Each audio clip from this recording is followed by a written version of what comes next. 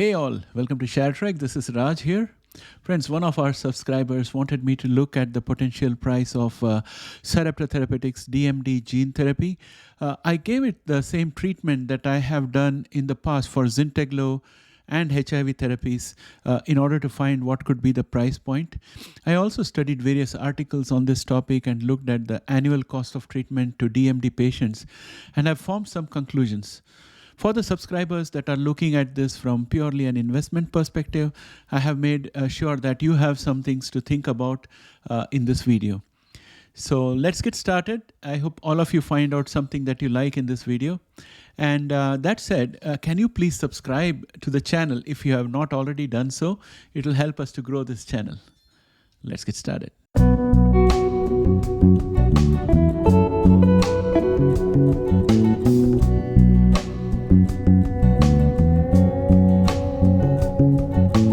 Welcome back, friends. In February 2023, Sarepta Therapeutics announced to investors that its mid-cycle review for the SRP-9001 submission had been completed, and the FDA had determined that there were no significant safety or clinical issues, choosing to proceed without an arbitrary committee meeting. This news had an immediate impact, causing a surge in Sarepta's share price and putting the company on track for potential approval by May 29, 2023. And as you can expect, this pushed the share price up, and basically because without facing scrutiny from independent experts, FDA was willing to proceed. And however, all this changed on a dime because in a surprising turn of events, the FDA had a change of heart. Just 2 weeks after announcing that the agency would not convene an advisory committee meeting to review Sarepta's gene therapy, the company revealed that the FDA would indeed convene a panel of experts to examine the data on DMD submission from Sarepta. This sudden shift had a negative impact on Sarepta's stock price, and Sarepta Therapeutics confirmed that May 12th is the date for a highly anticipated US FDA Advisory Committee meeting to evaluate the approval of SRP-9001 gene transfer therapy for DMD.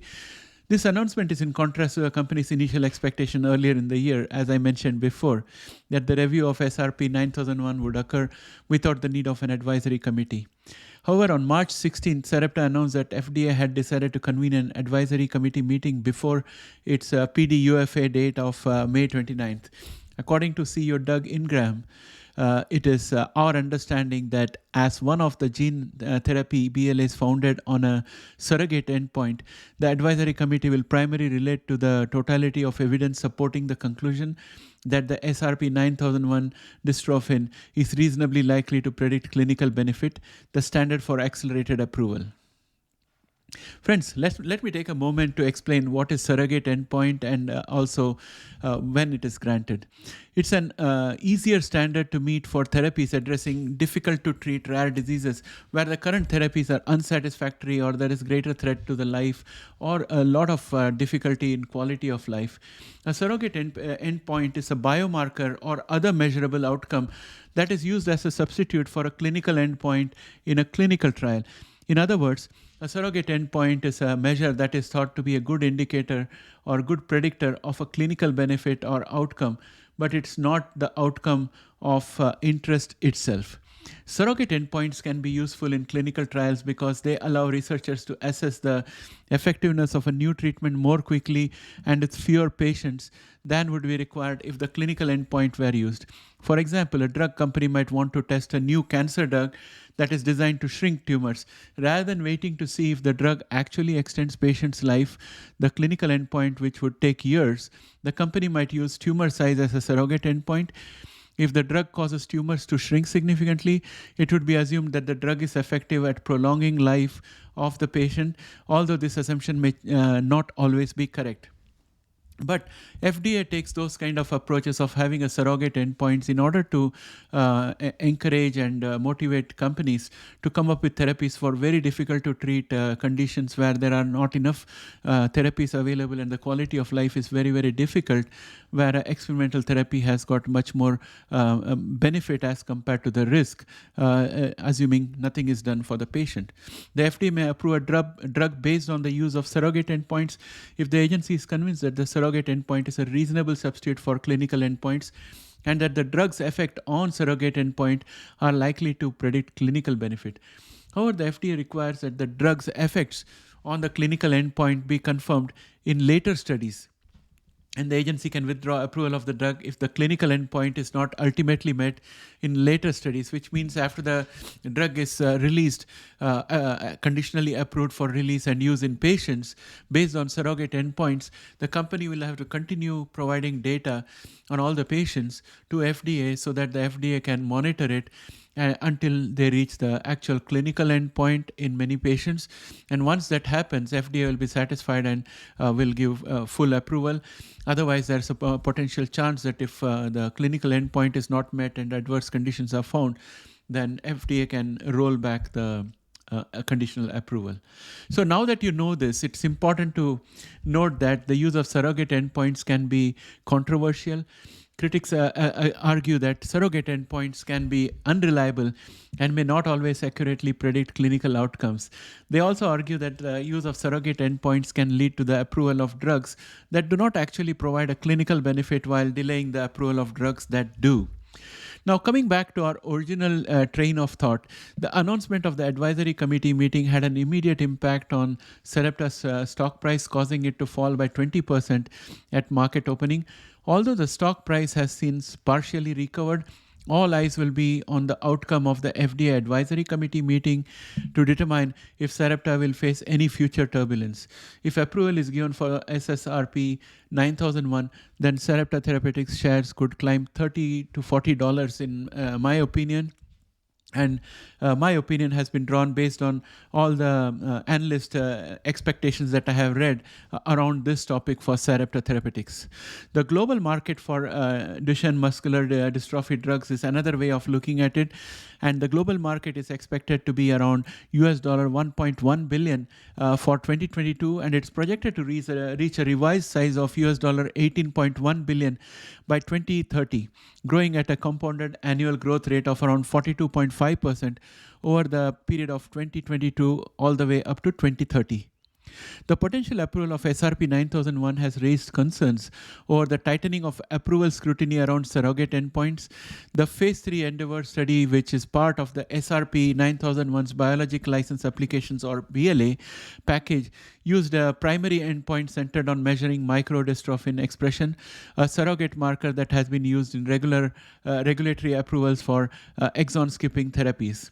Now, I am not going to explain what is exon skipping therapies because honestly, I have not done study on that to be able to explain it to you, but that could be something for a later video.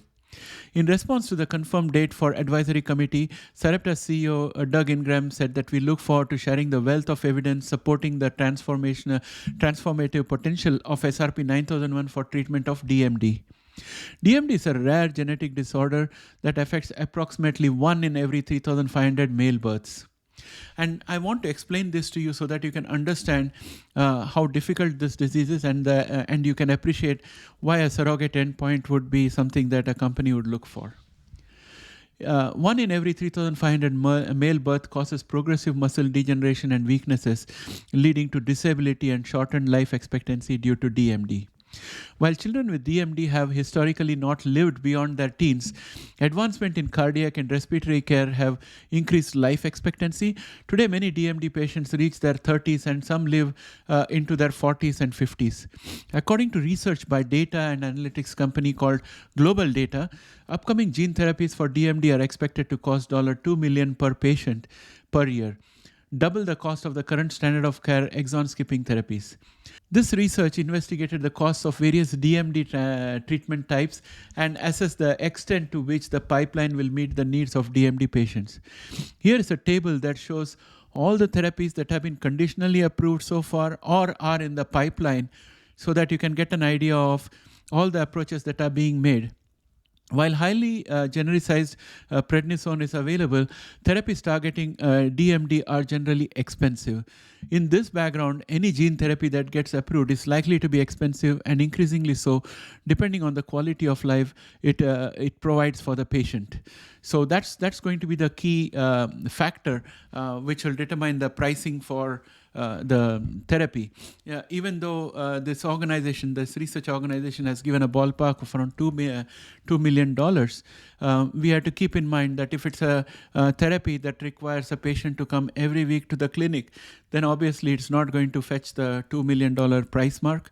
But if it's a therapy where a patient can get treated and doesn't have to come back for maybe a year or two to the clinic, then those kind of therapies are going to have much higher price point, because it's always a cost-benefit analysis that is done when any payer decides to pay for a therapy.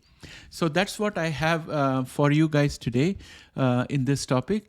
And I hope this kind of meets some kind of information requirement that most of you would have, either from a patient perspective, where I'm saying that the ballpark is around $2 million per patient, and it could be less or more depending on the quality of the therapy.